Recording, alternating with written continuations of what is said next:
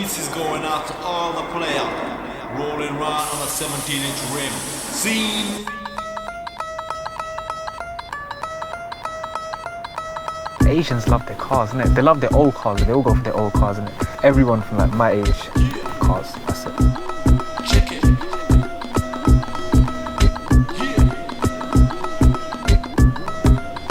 Check it out, Joe.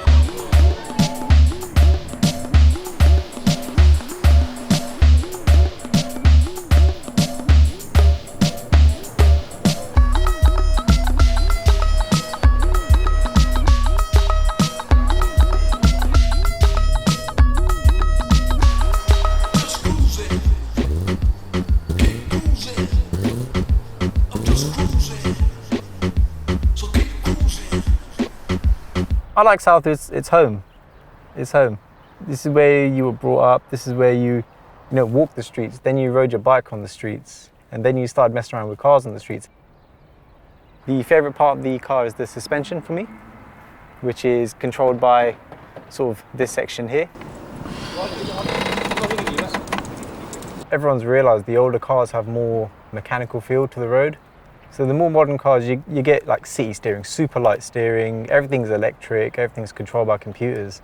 The older cars, it's you, the car on the road. It's just full of Indians. Like the Southall, it's old school cars, isn't it? That's the ends of that Southall culture, isn't it? The German wheel, the three-piece. So they're made up of three pieces. You've got the lip, you've got the face, and you've got the barrel.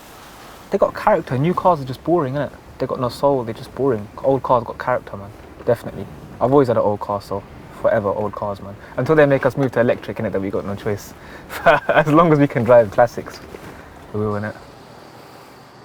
Southall was just like known for like classic sports cars, like the Capris, and you got the Mark I Golfs and stuff like that. It was just that era was just wild over cars.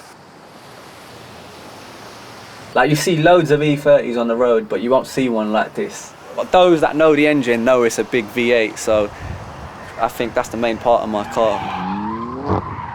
Well, classics, it's just the way like my dad tells me stories of when he had his old school cars and what he used to do with them, when he used to race with his boys and stuff.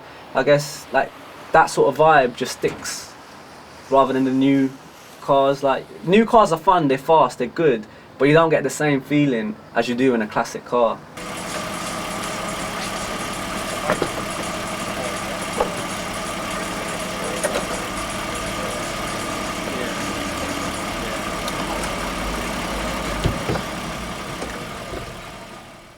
The old boys back in Africa, India, they all modified their cars. They used to do rally sport and whatnot. Especially for me, I know quite a few people used to do rally sport in Africa. That sort of heritage that just followed down generation by generation. Like now there's loads of like sports and like clubs and stuff you can go to. Back then it wasn't much of that. It's just, I guess they're chilling their gang with their cars. It was just something cool to look at, like when we were kids walking down the street.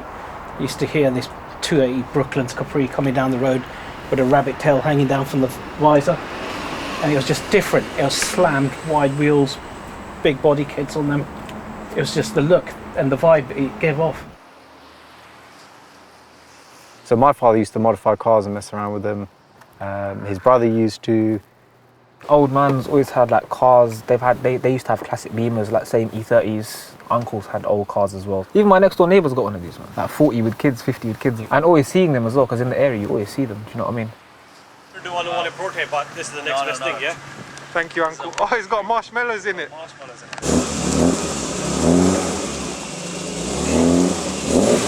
it. Yeah, man. If you're like Indian, that cars and dub and reggae is the two of the most important things, isn't it?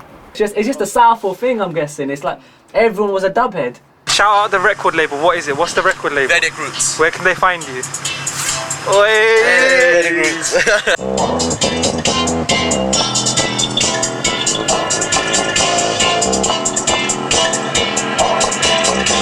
It's heavy bass, loads of treble, loads of mid, and it's, yeah, that's definitely revolved around this Southall car culture.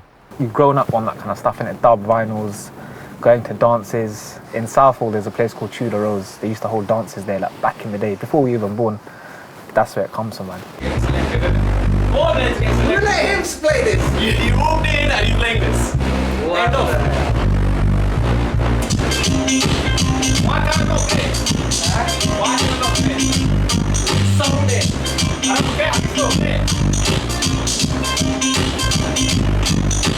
How the reggae scene or the Indian scene came together was probably way before we were born. It was when riots were happening. The Indians and black people were getting targeted. I think that's when they kind of united. Old school Bhangra music that was created with just all live instruments, and they didn't really have a bass guitar playing. Yeah. And you had just the kick of the drums to like keep it progressively flowing. And then when you take a reggae bass line and you play it over there into a live audience, you've just created something special. Back in the late 70s, early 80s, there was a lot of traditional Punjabi groups from Birmingham that mixed the Punjabi and the English together, and they put in the backtrack, they put some really good B lines to it. And when you got an old school classic and that's thumping and you just taking your time chilling down the road, it turned heads. I see a Rastafarian and like he's proper wearing like I don't know what they call it, but like we call it a turban. He was wearing all that and he seen me and he goes, "Oh, I got a little sing," and it was like, right, he knows I'm a sing already without me saying. Like I feel like we know what we are, sort of thing, and we respect each other's culture.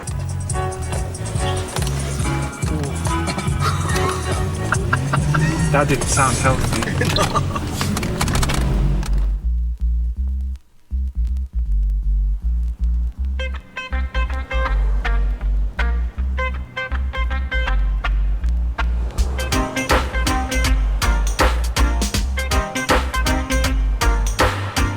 Oh man, it's the road feel. You're sitting there on a road and you can feel every bump, every dip, every turn. This car is forever and it will stay with me and be passed on. 100%. It can never leave me, this car. I've got a sentimental attachment to it. So.